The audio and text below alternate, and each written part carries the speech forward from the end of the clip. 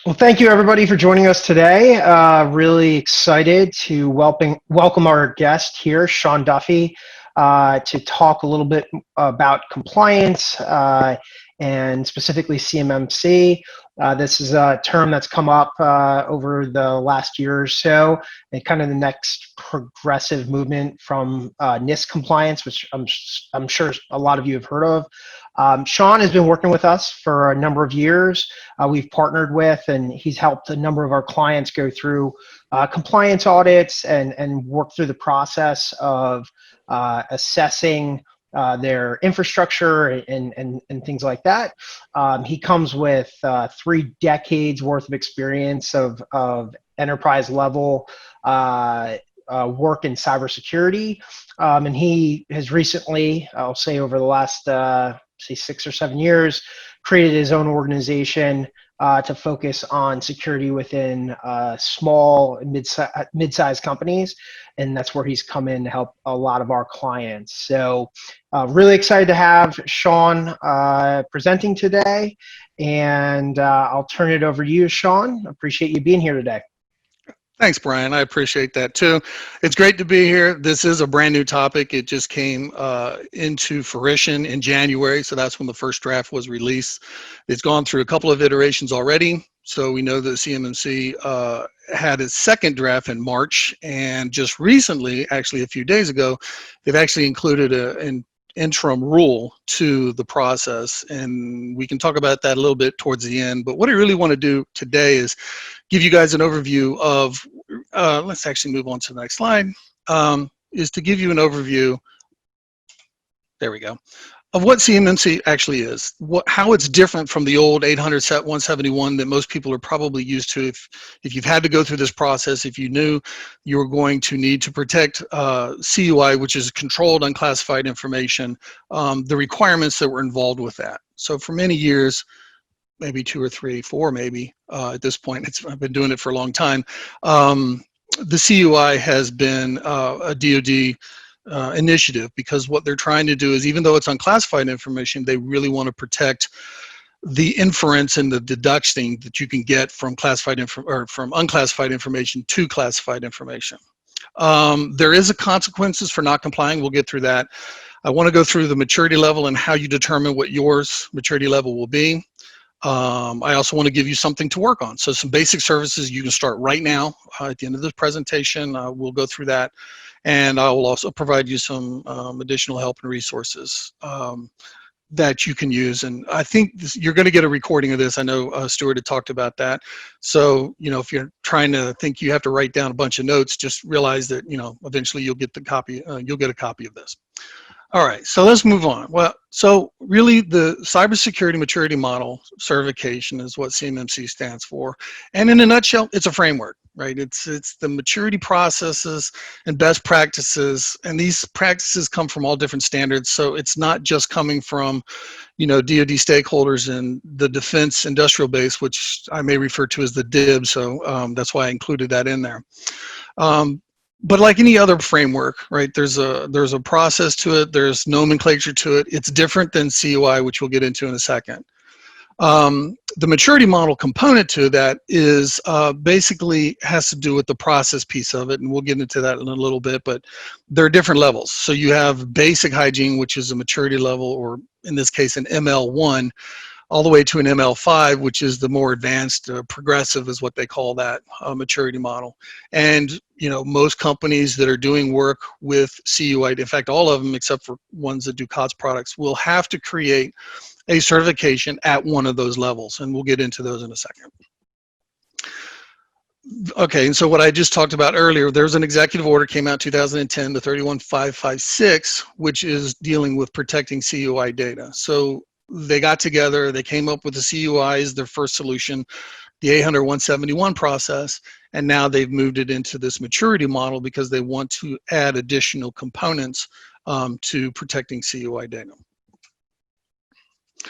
So some of the nomenclature that I talked about earlier really deals with the information and how it's being shared. So federal contract information is basically contract information that you would get from things that you would bid on, right? So you can't get this from Fed BizOp, it will come to you in another way, but they will call it FCI information, and that will require a CUO marking, which means you'll have to have some maturity level in order to bid on those contracts.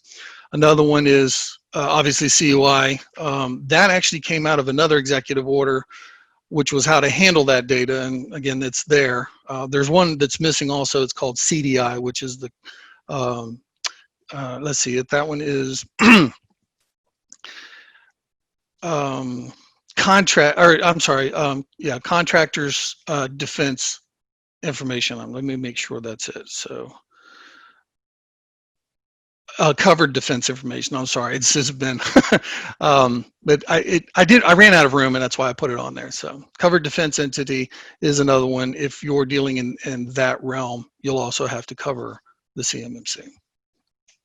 All right, so basically 800-171 consisted of your ability, 110 security controls within 14 families. You were allowed to self-attest, which means you could certify on your own that you're certified, that you meet all the controls in each of these 14 families. So the families have, you can see they're listed here, very common things that you would think of, and they were more or less the controls across the board for a maturity level of 3. There's still some that are missing, but the idea was to have not just a basic hygiene, but you needed to really protect their information more than your systems. And so that was one of the problems, was people would go through the process, they would carve out the CUI data flows and protect just those without really using these families to protect their entire environment. So CMMC came in, or the advisory board, it used to be called the attestation board, but the advisory board helped work with the government and the DIB to create this new model, and how they were going to implement it through certification process and the different kind of components, certified assessors and C3POs, which were certified approving authorities, and on, right? So everybody had a different kind of role. The CMMC AB board is doing that. The difference is really expanded from the CUI. It also changed a lot of the terminology. So instead of having families now, we have domains. Instead of having the security controls, we now have practices. So the domains were actually separated originally into processes and capabilities, but the capabilities were too generic. And so they decided, well, okay, we'll create practices and we'll relate them to the 800-171 security controls, and then they actually reference them that way, and I will cover that in another slide. So domains, processes, which are actually the different way we document our practices, and the capabilities, which are now covered in practices. So here are the domains. You can see there's more than 14. There's actually 17 of them. The 3 new ones were the asset management one. I don't know if you guys can see my mouse or not, but asset management, situational awareness was a new one, and recovery. So obviously they thought they were important to separate those out. The rules were actually in the CUI one, but they separated them out because this is just my opinion here, they wanted the model to have documentation for those different components, and since they were worthy of separating them, they wanted us to create policies for those different domains. Okay, so remember that back in a couple of slides ago, we had processes and practices. So the processes part in here are the documentation side.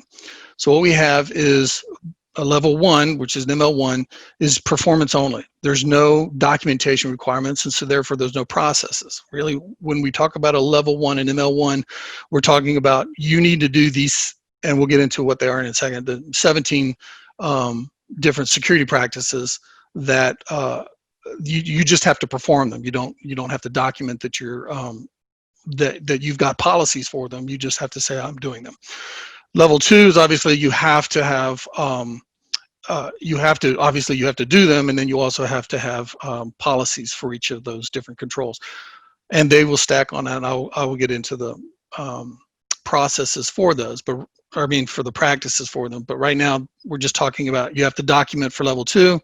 Level 3 is not only do I document them, but now I have to manage those documents, which means as they change, as they grow, as they as we create new changes to our environment, we have to keep those documentations up to date. This also includes plans, such as incident response plans, maintenance plans.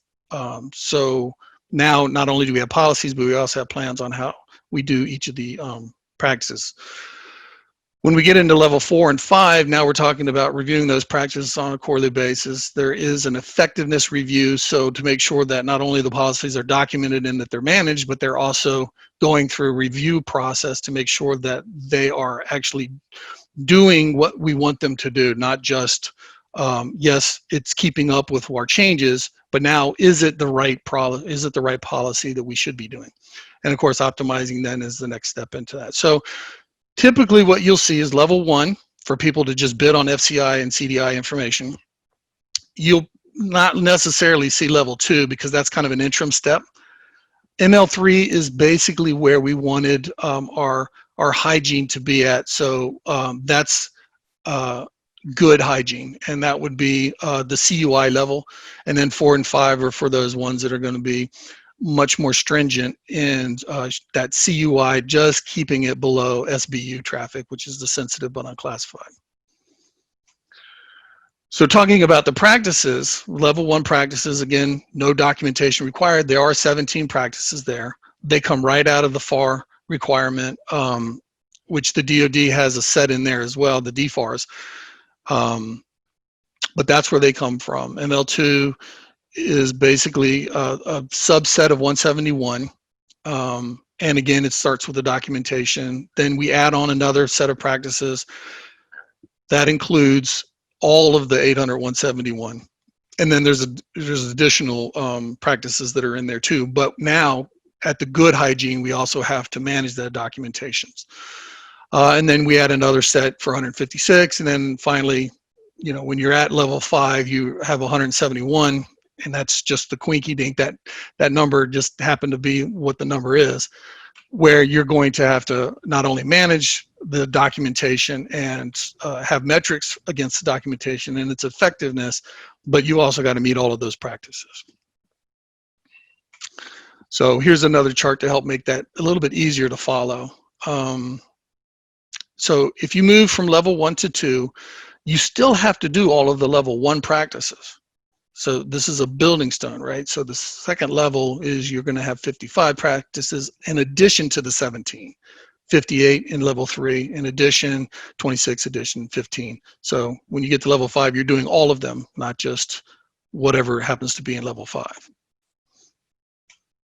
And a lot of people have asked me in the past, where do these controls come from? Where do the practices come from? And this chart shows this. I pulled this right out of the CMMC manual. So you can see, like, again, the 17 of those, 15 of them came out of the FARs in there for level 1, and the other 2, and I know those are highlighted in there because those 2 that came out of 171 is what gives you the 15. So there's not 32 there. There's actually just the 17. Those 15, by the way, are also in 800-171, so that may also be why the asterisk is there. 48 of the controls, in addition to that for level 2, 45. And then when we start moving into level 4, you can see there's a new version of 800-171, the B, which are supplemental controls. So we have 11 that come from there, and then 4 more in level 5. Those others, they come from all over, mostly European, but again, they're all listed in the controls that we find in the CMMC manual. I will show you that link too, by the way, in the help and resources. Anyway, I thought this was important because a lot of people ask where they come from, and now you know. So let's give an example. One of the practices would be AT2057. And the AT says it's out of the awareness training domain. The 2 says it's at a maturity level of 2. And the 057, or in this case 056, is the actual rule number. So they're not sequentially. They were originally designed in sequence. So most of them will be in order, and the next example will show that. But for the most part, this one says to ensure the personnel are trained to carry out their assigned information, security-related duties and responsibilities. So that's kind of an open-ended one. And the idea behind the practices is what do we need to think about in terms of creating a practice in our individual organizations to cover this. So the first thing we need to know are who the security personnel are, right? So we can't really train them. We can't carry out assigned responsibilities until we define those. You know, did the end users count? So, you know, they're going to have responsibilities too. The main one that I know that most people should, you know, should assume is if there is an event, or is there something like if they clicked on a link in a phishing exercise, do they have to alert that? I mean, that's one of their responsibilities. And then you have to ask, who do they alert, right? Well, first of all, what constitutes an incident? So the end users, if they don't know, or if they're concerned that they're going to get in some kind of trouble, they may hide it. If it's not an incident, it's not defined in an acceptable use policy, they're not going to know, oh, I need to let a security personnel or an IT person know about this incident that they either caused haphazardly by mistake, or, you know, it was something that they witnessed, right? That they weren't even involved with. Who does the end user report the incident to? What does that person do with the information? So again, when the security person receives that information, what do they do about it? All of that's part of that training for this practice. And in some cases, I know with HIPAA, and even with the CMMC, there's a point where you have to let the people know, right? So the DIB will want to know if an incident happened involving your CMMC process. HIPAA will want to know, you know, if a violation happened with that framework. And then there should be rules and you know, some kind of escalation process. So there should be an order of sequence. If this happens, then this needs to happen. So this is all part of your incident response plan. It would be part of your ML3 practices. So I guess we should, are there any questions about this? This is kind of, you know, what I'm giving here is examples of the different types of practices, and then how we go about solving the problem of meeting that practice. I don't know if there's hands going up and I can't see. So Brian, if you get something, just chime in, and otherwise we'll just move on. So the second practice is, I actually put two up here, actually three of them up here, because I wanted to see or explain how we move from one ML level to another. So again, the CMMC manual has all of this information in it, and as you go through the different controls, you'll see it. So for this one, you know, the RE is obviously recovery domain, level 2 for the maturity level, and rule number 137, 138, which both happen to be in ML2, and then 139 moves us into ML3. So the maturity level for 139 is at level 3. So the requirements in here: regularly perform tests and test backups. That's 137. 138 is protect the confidentiality of those backups. And then 139 is perform complete comprehensive backups. So a couple of things that we need to think about here. Who's going to perform those backups, right? Who's responsible for those? You can, you know, use your time to do it, or you can pay to have an automated happen, or, you know, someone else can take care of that for you. The options to cover the confidentiality, you know, if you don't know what your options are, then how do you know what the best approach is? And so these are the kind of things that we're looking at when we start documenting our processes, at least for this level. We need to define that. And, you know, so some of this obviously has to be interpretation. What does it mean to be resilient, right?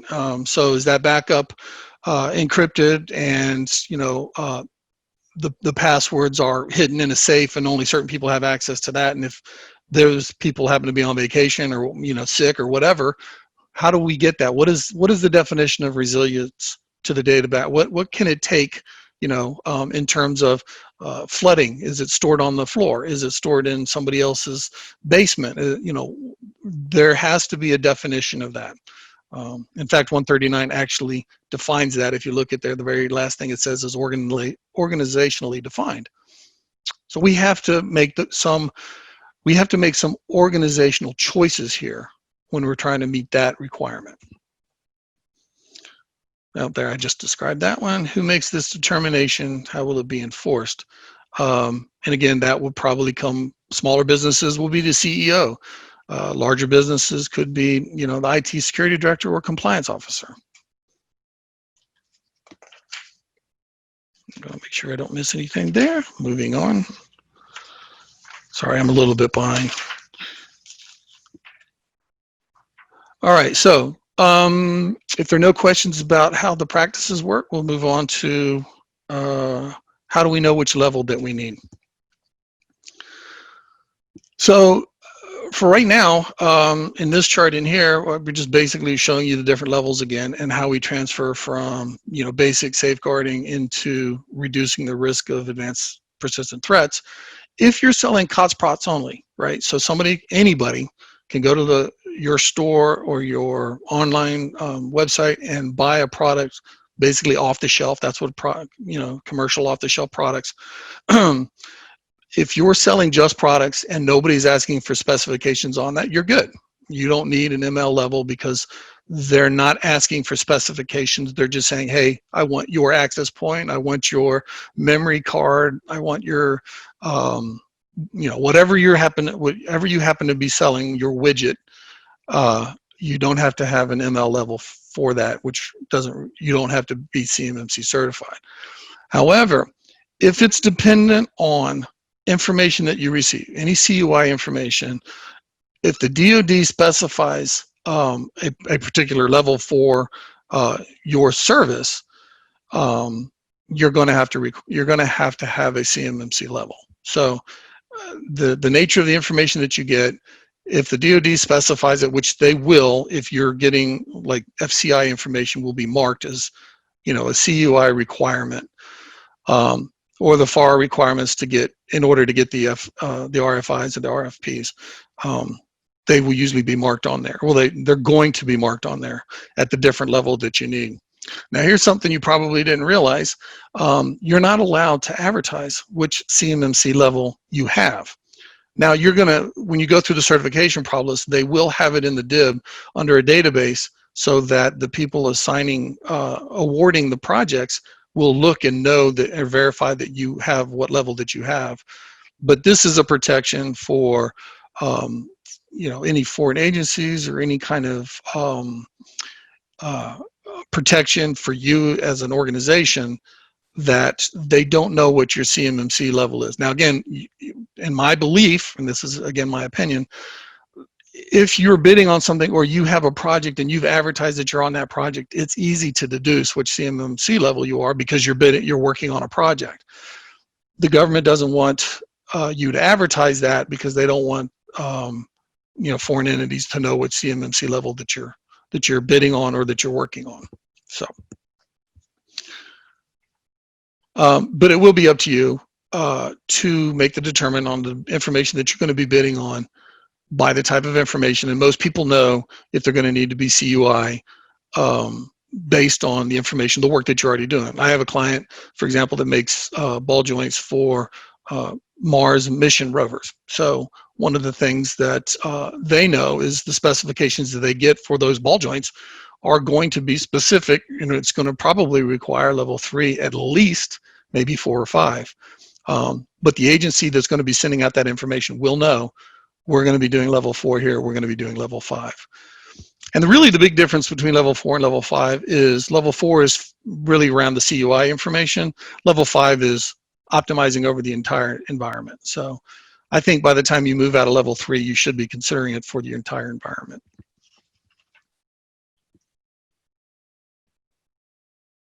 Okay, so what happens if you're not complying? So they're pretty simple, right? If you don't comply, you can't bid on new projects. Government makes it very straightforward. I need a requirement of an ML3, and you come in and say, I've got my plan of actions, but I'm only 80% there. if you don't have the certification, you're not going to, the rule is you're not going to be able to bid on new contracts. Now they have one other piece in here that actually says if you're already awarded one or subcontracting that requires it, they've changed the project to say now that it has a CMMC requirement on that. The rule says that you could lose the ability to continue to work on that project. Now, there's a whole lot of legalese involved with this, but just be aware, if you know that you're going to be working on things that are going to require CUI protection, this is going to be part of the rules as well. So, and that's really the only two pieces. Can't bid on anything new, and you can't continue to work on projects that have been converted to requiring CMMC. So, are there any questions now before I move into the things that we can do right now for your systems? And I don't know if Brian's on mute or not, and I will continue to move forward. I think you're good to go. Yeah, Okay. I'm not getting any questions to my knowledge. All right. Thanks for chiming in. Okay, so let's take a look at some of the things that we can do right now. For level 1, well, first of all, we don't have to worry about the documentation. All of the safeguards are right there. So, when you get this link, type that in, you'll get all the listings in there. Some of them would be limit access to unauthorized or to authorized users. If you're not doing that now, you should be doing that. It's a pretty straightforward one, and that's one of the requirements. This is least privileges. Control and limit your access to external systems. So, not having, and this can go in both directions, right? So we just wanted to say you can't just go to, your systems can't hook into things that are built in China, things that are built in Denmark, things that are built in areas that are, less than above board. Control the information posted on public systems. So again, this will have to be defined as what you consider that information, but it should be a pretty straightforward thing. This is an acceptable use policy, and you probably already have this. Again, it's something that is just basic level 1 stuff. Physical access to systems, right? So locks, key cards, anything that's easy enough to keep people out of your physically accessing to the systems. I know from a hacker's perspective, once you're physically touching something, you own it. Escorting visitors and monitoring their activity. Antivirus, anti-malware, straightforward kind of stuff, things that we're probably already doing. And my last favorite one is please perform periodic scans. Everything is changing always. There's still 0-day stuff that sits out there that people are just waiting for the moment to send out a worm, a ransomware, some kind of an event that, if given the right opportunity, you want to be able to catch stuff. And if you can't, make sure that your systems are patched or that anything that you're running in your web applications are outdated or exploitable, you're just not doing your system service. So perform periodic scans, have a plan for managing how to remediate those things so that you don't waste money finding out what the problems are and then never going back to fix them. So there's some examples of stuff that you're probably already doing. If you're not, you certainly can put these in. They don't require a lot of money, and they're very straightforward, and they'll help you get to at least level 1. So for level 2, you are going to have to do documentation at this point. So the maturity level requires that we have at least policies for the domains that are registered in level 2. We have 55 additional controls. So those 17 that were in level 1, if you're getting to level 2, you're also going to have to meet those plus 55 additional ones. You're going to have to perform tests and backups,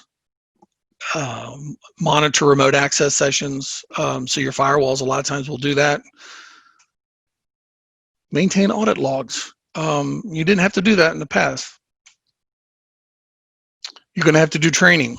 So remember we talked about earlier in one of those practice sessions, your security Personnel will have to be trained not only on what their day-to-day responsibilities are, but how to handle an incident, what to do, how to escalate that, how to contain it. When do I get PR involved, which is public relations. Another one is, if you give admin access to everybody, you're going to have to monitor what they're installing on their software, or I mean on their laptops and desktops and whatnot. So whitelist, blacklist labeling, if you do this all at front end, people aren't bringing in CDs anymore, so their flashcards, whatever they're doing, acceptable use policies, and then being able to monitor that. And you can also do this through patch management and through agent-based solutions. They're not expensive, and a lot of them are freeware, but there's another thing that we can do. Incident response, obviously that goes hand in hand with the roles and responsibility training. We're going to have to do remediation now, so you can't just run vulnerability scans and go, check, I'm done. Remediation is now, and only in addition to fixing problems, but now you're looking at it through a risk assessment. So while that's required as part of the, as part of the rules, the remediation has to fit in accordance with that. So things that are more susceptible should be worked at, over something that's informational or something that's sitting in the background or something that's, 3 levels down and has a really low risk requirement to it. Order of operations. You'll have to create a system security plan. So we have to have a plan of, how our system operates with security architecture. This will also include all of your policies, obviously. And you'll also have to create a plan of action. So these are the 2 things that are also required in CUI. When we were developing CUI compliance requirements, the 2 documentations were a system security plan and a plan of action to get to 100%. So that plan of actions will be something that is a living document. So the way I tell people is, if you check them off, in a plan of action, we also assign a user who's responsible for that, that task, and then a date when they expect to have it done. And when they complete it, we just make that whole row green, but we don't delete it, right? So we want to be able to show our plan of action as a growing, living a living document. And so for level 3, the maturity model is now, not only do we have to do documentation, but now we have to have a plan to manage that documents as our system changes, another 58 additional controls. So now we're at 130. CUI has 110, so we know there's a delta of 20. Those 20 don't come into the new domains like most people assume. They're mixed into all the other domains. So so don't feel like, oh, I just need to get those up. There's only 6 really controls that were separated out from CUI into those other domains. So just understand there's 14 different controls that are sitting elsewhere. Continuous monitoring and logging is a new one. CUI, you had to do that. Security awareness training, CUI, you had to do that. Backups again. 2-factor authentication for remote access, incident response plan, and a configuration management plan. So there'll also be an asset management plan. There's several other ones in here, but I think, if you're doing it ML3, these are the ones that I would concentrate on. Make sure that you had them in place because they're easier to accomplish. And a lot of these things can be formulated through best practices and templates. So, incident response isn't new. Everybody's been doing it. But what we need to do now is make sure that it's documented on how our individual systems cover that, just like configuration management too. So we don't want to make changes and 6 months later that person's gone. We got a new person in there, and we had to make another change, and now we don't know what that first change did. At least we can track how our configurations are growing with our business.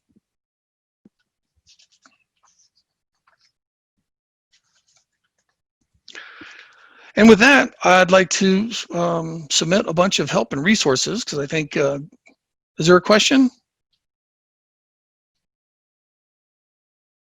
Brian, I saw that. I don't see anything in the chat. Okay. Give me. Yeah, I don't believe so. Okay. All right. So for me, I'm going to put in my plug as the first one. There's a, obviously you can go Oh, to our actually, website. I'm Yep. sorry, I'm going to jump in there. There is Sure. a question from one of our participants. The Okay. requirement to develop a mitigation plan seems Yes. contrary to your statement that CMMC certification requires you have completed everything. What are you supposed to mitigate if you have everything done to be certified? That's a great question. And in the CUI methods, you're absolutely right. I could have a plan of action, be partially there, and still be able to bid on systems. So long as I was showing my plan of action as we were moving forward, that was acceptable. Today, you're right. You can't have anything that's mitigating because you can't get through the certification. So if you're in process, that plan of action needs to show that I've, not only did I create one, but that I have completed all of those. The auditor who's coming in to do the certification, who will bless you as, yes, you are an ML3 certified entity, will need to see your plan of action to know that, yes, you had issues, they've all been corrected. They won't use that as the sole set of artifacts, but it will help them knowing what documents and what the process was for you to get compliant. So it's a great question. There will be no mitigations when you get a CMMC certification. You will be blessed. You have to be at 100%. Yes, there is one caveat to that, and I hate to bring this up. There is this thing called the interim rule. And that just came out a couple of days ago. And in fact, I have a link in here. In fact, it's the second link that says you can self-attest. It's for the basic levels. The DoD has come up with 3 different levels for accreditation. That is subject to change.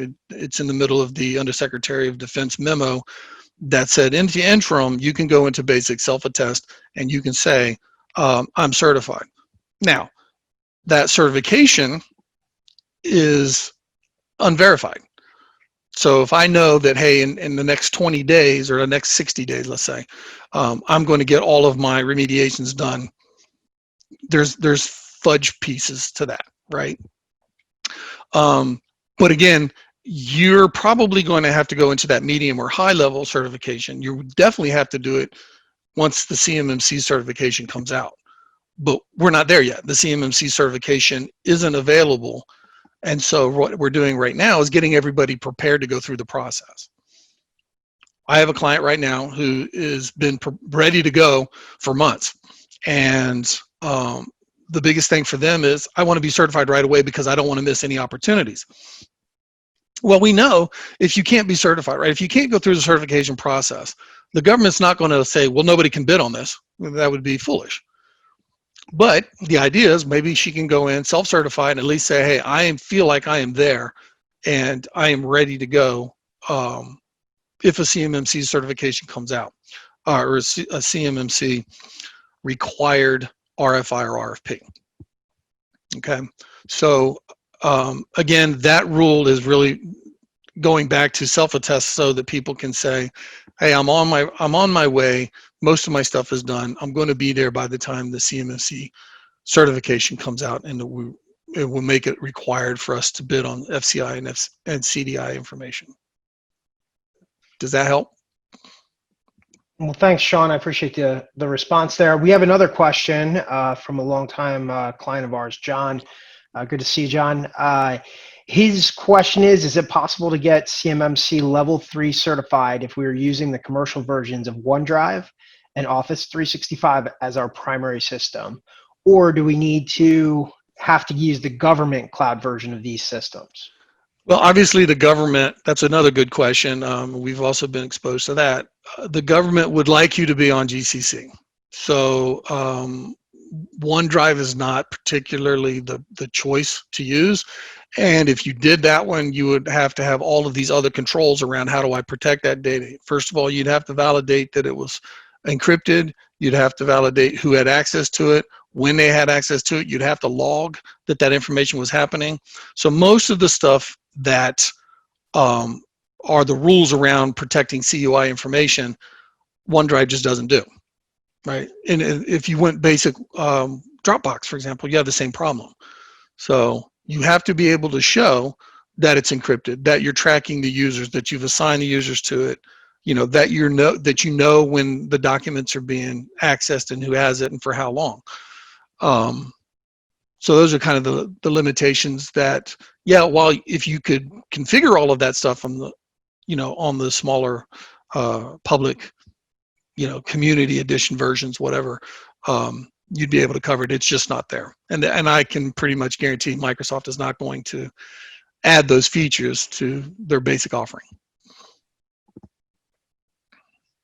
And we can definitely assist with the upgrade to a government cloud version of those applications. Mm-hmm. So we can talk after that.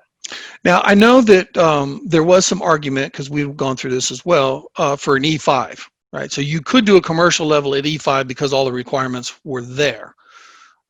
However, the DIB is basically recommending that people just go to GCC. So anyway, that second link really talks about the interim rule for self-assessment. I'm going to say that is really up to you. It is something that is a feel-good at this point. There's no reason to spend a lot of time there, but if you want to learn about it, that's the link to go to. Change notices on the DFARS. I copied that link. I know it's DRs and DPAP, but that again is the Undersecretary of Defense. So that's a link for the changes. The FAQ is really good to get an idea of the things that have happened. It's basically what we've covered today, but just not in granular detail. Then there is the draft of the CMMC. That's just a website. That's not actually the standards. The next line is the location for the standards. If you're looking for templates, the 800-170 one has a documentation in there, and it has templates in the back of it. The 171A really defines how the assessment is going to happen. So remember, I talked about the DoD said there's going to be 3 levels of assessments. There's a basic one, which you can do yourself. There is the medium and high. When you get to those other assessments, and this will be the same thing that the certifiers who will accredit you at a CMMC maturity level, that's the document that they should be following. And it describes those different levels in there too. So don't feel like, oh, it's just for high levels. It's for all of them. They're all located in there. But understand that the high level will be the one that the certification will be following, and you can find that information there in 171A. 171B is obviously the additional controls that we talked about when you move from ML3 to ML4 and 5. There'll be the additional controls that really move you to extra practices. And with that, we're at the 45-minute mark. That's me. This is me. That's my contact information. Obviously, you're welcome to reach out to me. You're welcome to reach out to Brian and Intelice for anything that you guys need. Well, thank you so much, Shawn. Any other questions people want to post? It looks like we were having an issue with the chat, but if you want to post it in the Q&A, I'd love to have anything, or if you need more clarification. I wanted to make one more mention too. The basic rule is also for any any FCIs that are below $1 million. So don't feel like, oh, if I go and do my basic attestation, I can bid on anything. They're not even going to allow it for anything over $1 million. So I just wanted to throw that out there as well. Thank you. If you have any questions, concerns, anything like that, please feel free to reach out to myself or Shawn, or anybody else on our team, your account manager, and we'd be glad to talk through it or put you in touch with the right people.